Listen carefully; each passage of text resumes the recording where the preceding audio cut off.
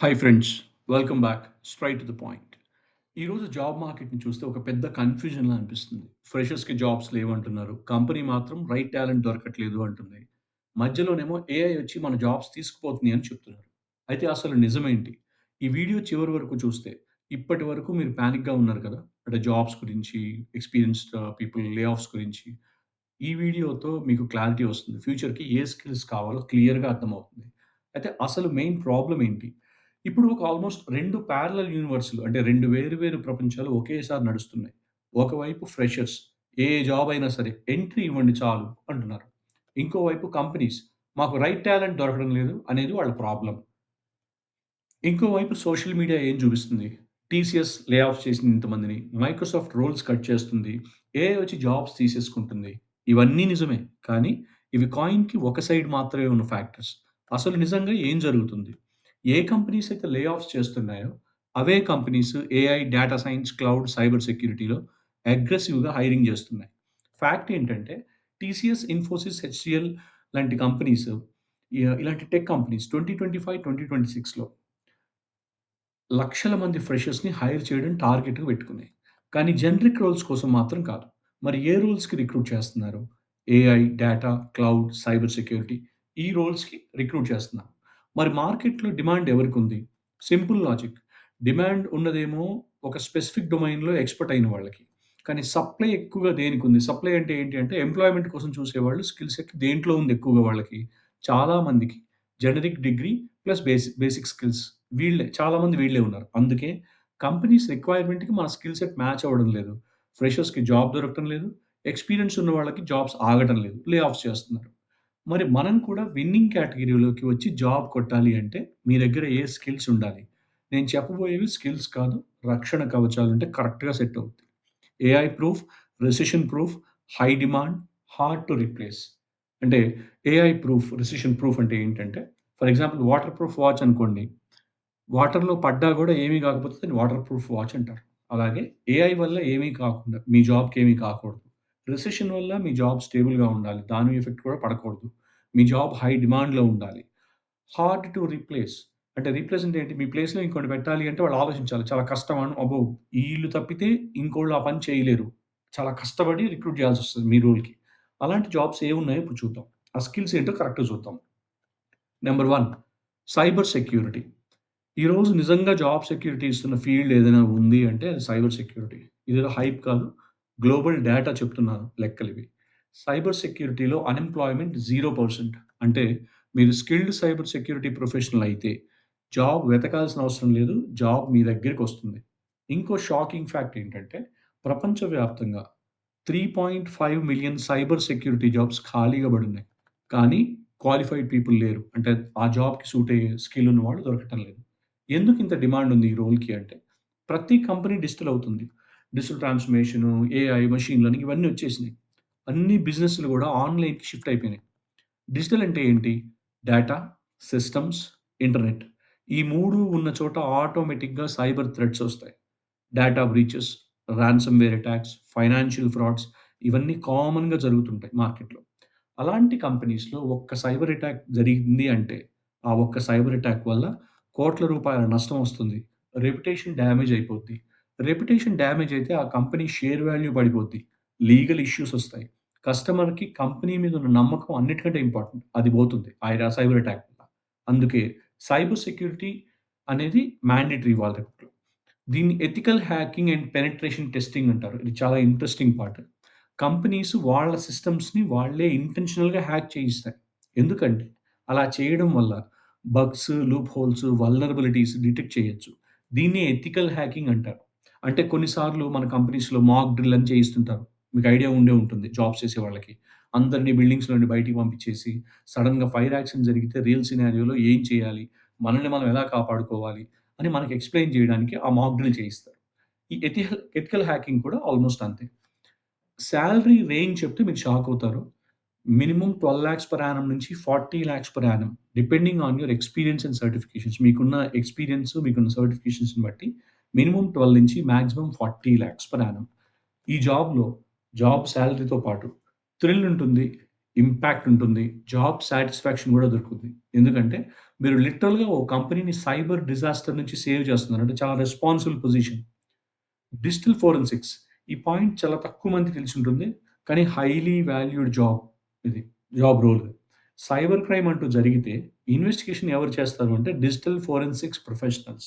Data collect చేయటం, analyse చేయటం, legal ప్రూఫ్స్‌ని ప్రెజెంట్ చేయటం, పోలీసు, లా ఎన్ఫోర్స్‌మెంట్, కార్పొరేట్స్ వీళ్ళందరికీ కూడా ఈ స్కిల్ అవసరం. ఏది డిజిటల్ ఫోరెన్సిక్ ప్రొఫెషన్ స్కిల్ అవసరం.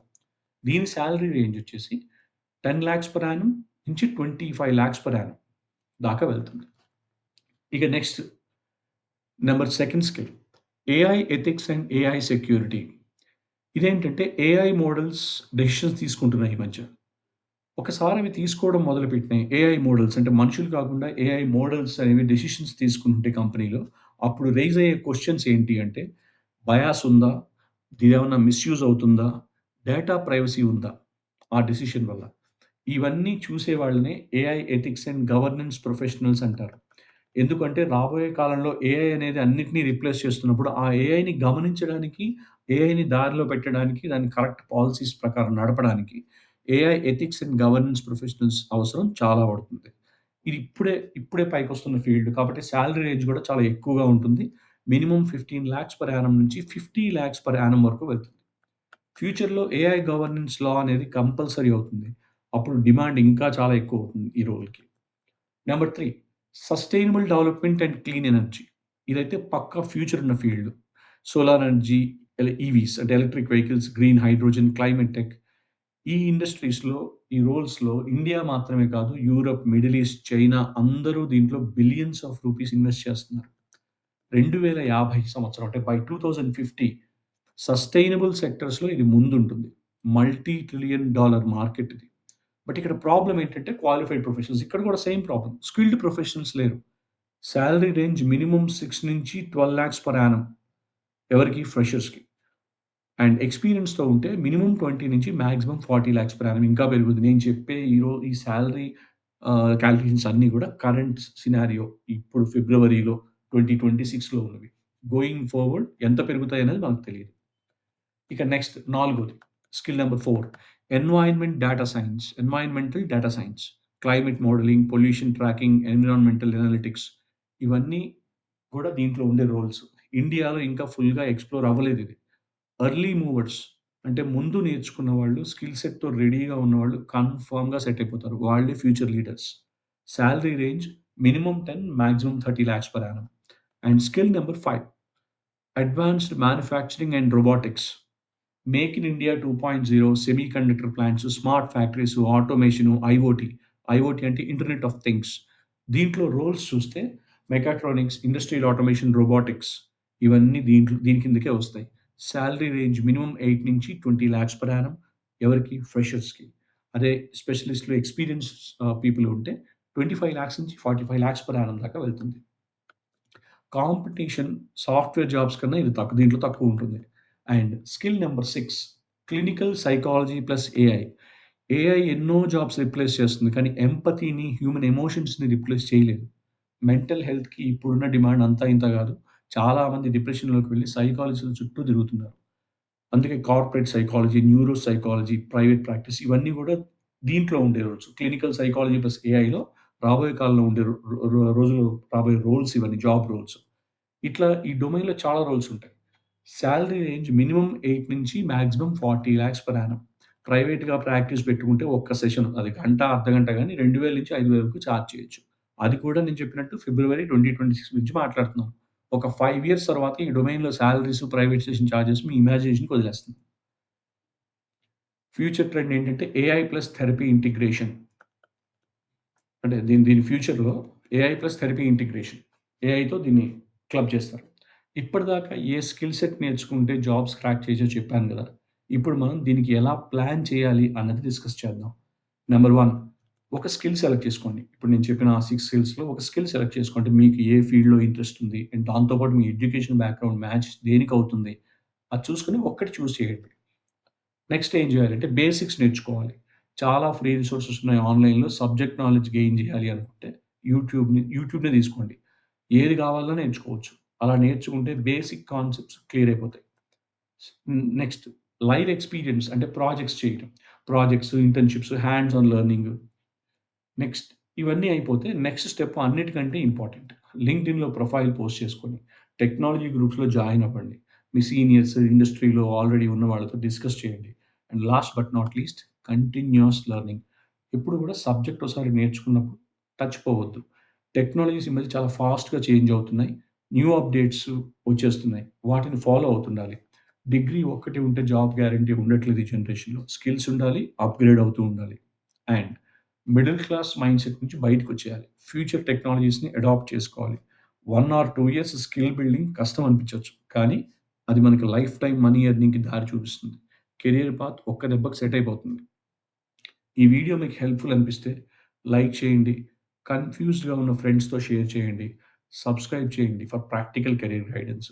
కామెంట్స్‌లో మీరు ఏ ఫీల్డ్ చూజ్ చేసుకోబోతున్నారో చెప్పండి. నేను పర్సనల్‌గా రిసోర్సెస్ సజెస్ట్ చేస్తాను.